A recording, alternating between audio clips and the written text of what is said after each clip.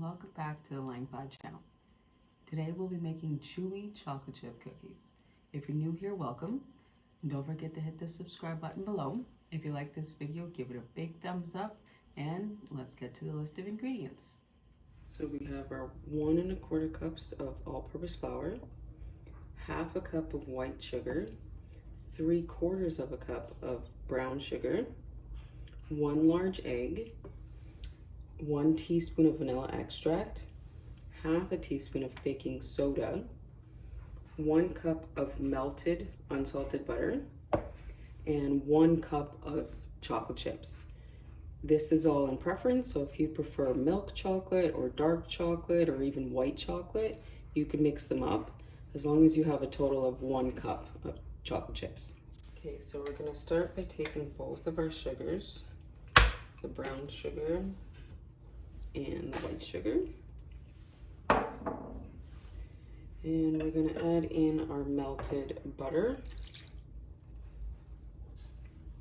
and then you're going to whisk that until it creates kind of like a paste. There we go. And then next we're going to add in our 1 large egg and the vanilla extract. And we're going to go ahead and mix that. You want to whisk until there's no visible clumps. All the sugar is mixed in well. All right, then we will add in our flour and the baking soda. You just want to gently fold that in together, just until it's just combined. You don't want to mix it too much, because the more you mix it, the more of a cakier cookie you'll get instead of a soft, chewy cookie. And then just before it's all incorporated, you're going to add in your chocolate chips. And then once again, just gently mix that. All right, and there you go. And then what we're gonna do with this is we're gonna let it rest in the fridge for approximately an hour to 2 hours. You could let it rest overnight, but all you really have to do is let it rest in the fridge for about an hour, and then we'll get to baking. So then you're gonna preheat your oven to 350 degrees. And you're gonna take your baking sheet and line it with either parchment paper, or like me, I'm just using a silicone mat.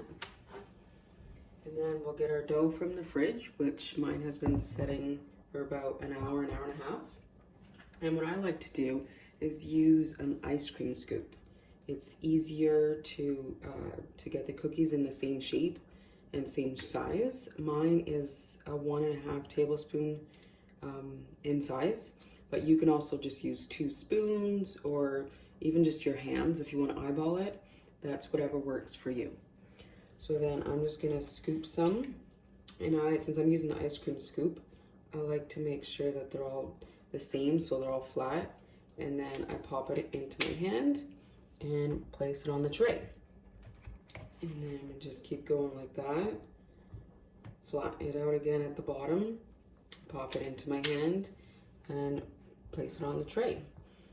And then I like because they spread a lot, you should leave about 2 inches of space in between each cookie.